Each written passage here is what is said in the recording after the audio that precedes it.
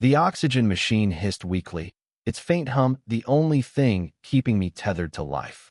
Then, with a smug sneer, Karen waddled into my backyard and yanked the plug, leaving me gasping like a fish on a dock. Her name was Karen Voss, the self-appointed queen of the Sunny Hills Homeowners Association, a woman whose sheer bulk seemed to carry the weight of her self-righteous fury. She'd always had it out for me, ever since I refused to trim my oak tree to her exact specifications. "It's an eyesore," she'd bellowed at the last HOA meeting, her jowls quivering with indignation. But this? Cutting my power while I was hooked to an oxygen tank? This was a new low, even for her. It started innocently enough, or so I thought. My backyard was a mess, I'll admit. Extension cords snaked across the grass, powering my oxygen machine because the indoor outlets were too far from my patio, where I liked to sit and breathe the evening air. COPD doesn't give you many choices. You learn to make do.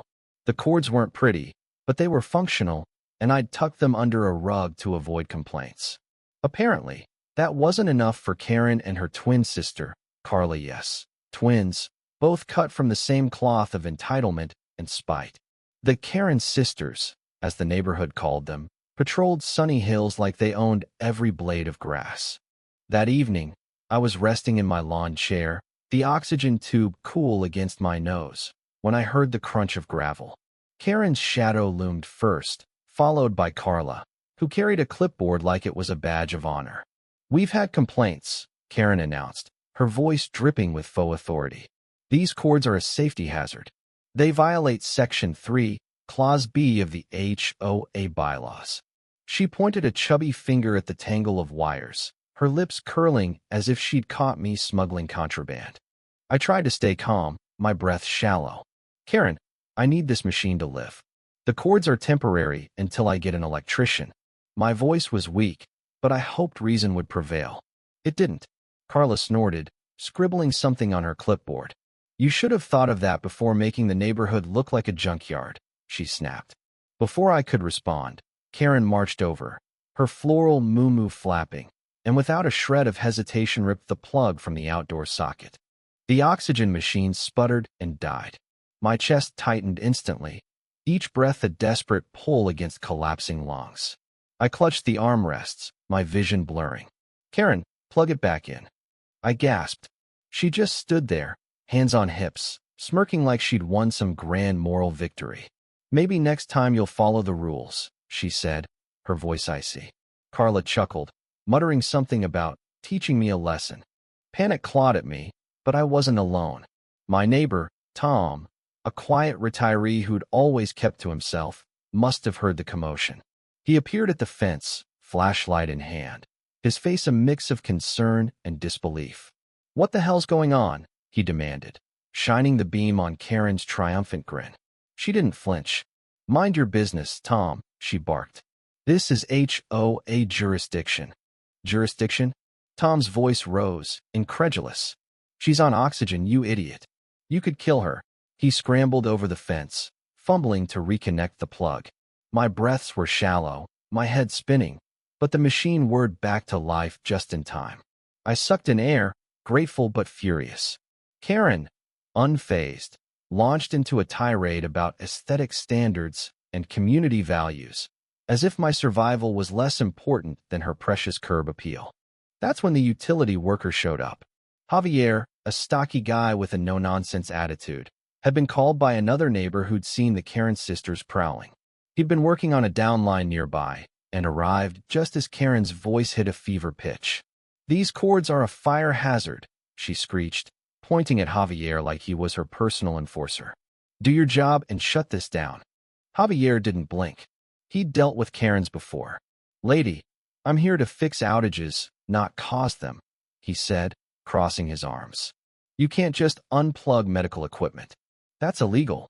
Karen's face reddened, her mouth opening and closing like a beached carp. Carla stepped in, waving her clipboard. "We're within our rights. The HOA. The HOA doesn't override state law." Javier cut her off, his voice calm but firm. He turned to me, softening. "You okay, ma'am?" I nodded weakly, still catching my breath.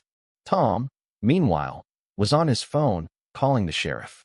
Karen's eyes widened. She hadn't expected pushback. She'd assumed, as always, that her bluster would carry the day. The situation escalated fast. Karen started yelling about disrespect and suing the HOA, while Carla scribbled furiously, probably drafting a complaint against Javier.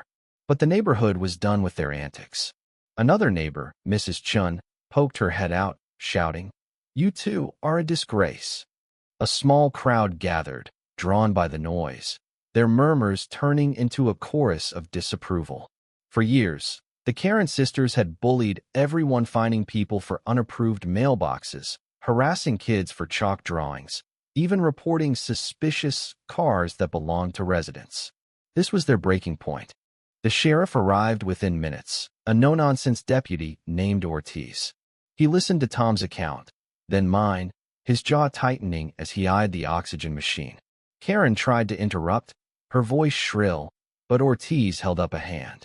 "Ma'am, you're going to want to stop talking." He turned to Javier, who confirmed the sisters had tampered with a medical devise felony in our state. Karen's smugness melted into panic. Carla dropped her clipboard, her hands shaking. "You don't understand," Karen pleaded, her voice cracking. "We were protecting the neighborhood." But Ortiz wasn't having it. He cuffed them both, reading their rights as the crowd watched in stunned silence. Karen's muumuu caught on a rosebush as she was led to the patrol car, tearing with a loud rip that drew a few stifled laughs.